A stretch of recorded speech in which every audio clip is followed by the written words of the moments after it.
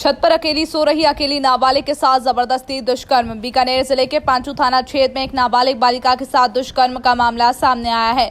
सूत्रों से मिली जानकारी के अनुसार जांगलू में रहने वाले दिनेश पुत्र हरिराम के खिलाफ दुष्कर्म का मामला दर्ज हुआ है। पुलिस ने बताया कि परिवादी का आरोप है कि रात्रि के समय मेरी नाबालिग लड़की छत पर अकेली सो रही थी, तभी दिनेश रात को मौका देखकर पीछे के रास्ते से मेरे घर की छत पर चढ़ गया, जहां पर लड़की अकेली सो रही थी। उसने उसके मुंह पर हाथ रखकर जबरदस्ती दुष्कर्म किया। पुलिस ने पिता की रिपोर्ट पर युवक के खिलाफ मामला दर्ज कर जांच थाना अधिकारी जसवीर सिंह को दे दी है। माध्यमिक शिक्षा बोर्ड की 12वीं की परीक्षाओं को जून अंत में करवाने की तैयारी।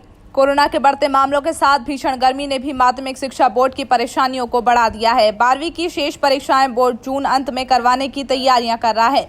जून अंत तक कोरोना के मामलों में बढ़ोतरी होगी, तापमान भी 45 डिग्री से अधिक होगा।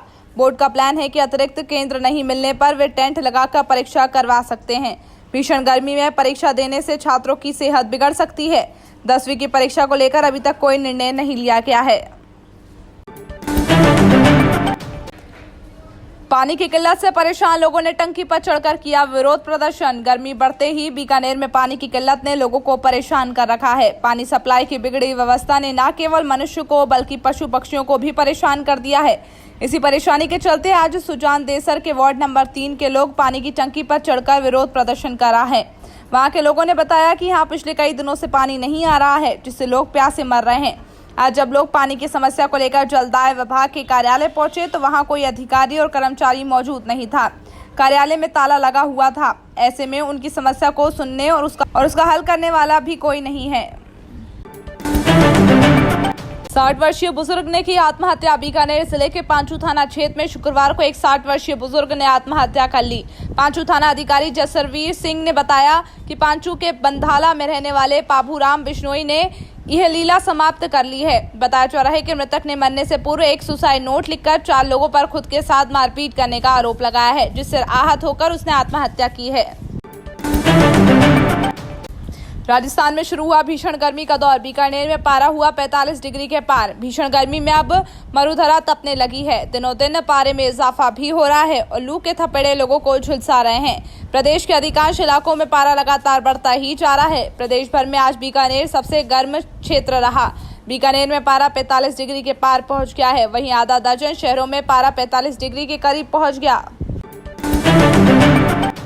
अम्फान से पानी पानी बंगाल। पीएम मोदी ने देखा तबाही का मंजर। पश्चिम बंगाल में पहले से जारी कोरोना वायरस के संकट के बीच एक और बड़ी चुनौती आई है। चक्रवाती तूफान अम्फान ने बीते दिनों जो तबाही मचाई है, ऐसी तबाही राज्य ने दशकों से नहीं देखी। प्रधानमंत्री नरेंद्र मोदी भी आज पश्चिम बंगाल पहुंचे और हेलीकॉप्टर के जरिए प्रभावित इलाकों का हवाई सर्वेक्षण किया। जब सब धंधे बंद हो गए हो तो काम आई मनरेगा। लॉकडाउन के कारण श्रमिकों के सामने पैदा हुए रोजगार के संकट के बीच राजस्थान में मनरेगा संजीवनी साबित हो रही है। राजस्थान देश का पहला राज्य है जो संकट की इस घड़ी में ग्रामीण इलाकों में इतने बड़े पैमाने पर मजदूरों को काम मुहैया करवा रहा है।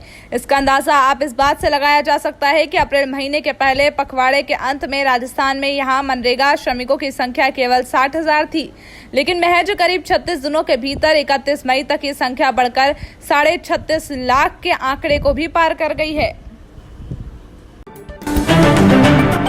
पीएम मोदी ने बंगाल को दिए 1000 करोड़। ममता बनर्जी ने कहा अम्फान से 1 लाख करोड़ का नुकसान। पश्चिम बंगाल की मुख्यमंत्री ममता बनर्जी ने शुक्रवार को कहा कि राज्य में चक्रवात अम्फान के कारण 1 लाख करोड़ रुपए का नुकसान हुआ है।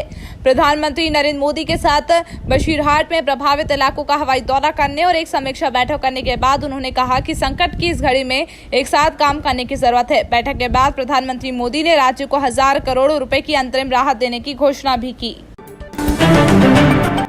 पाकिस्तान में हुआ विमान क्रैश। पाकिस्तान में बड़ा विमान हादसा हुआ है। यहाँ पाकिस्तान एयरलाइंस का एक विमान एयरबस 320 लाहौर से कराची पहुंचने पर लैंड कर रहा था तो वह क्रैश हो गया। इस हादसे में कितने लोग हताहत हुए हैं इसकी जानकारी नहीं मिल पाई है।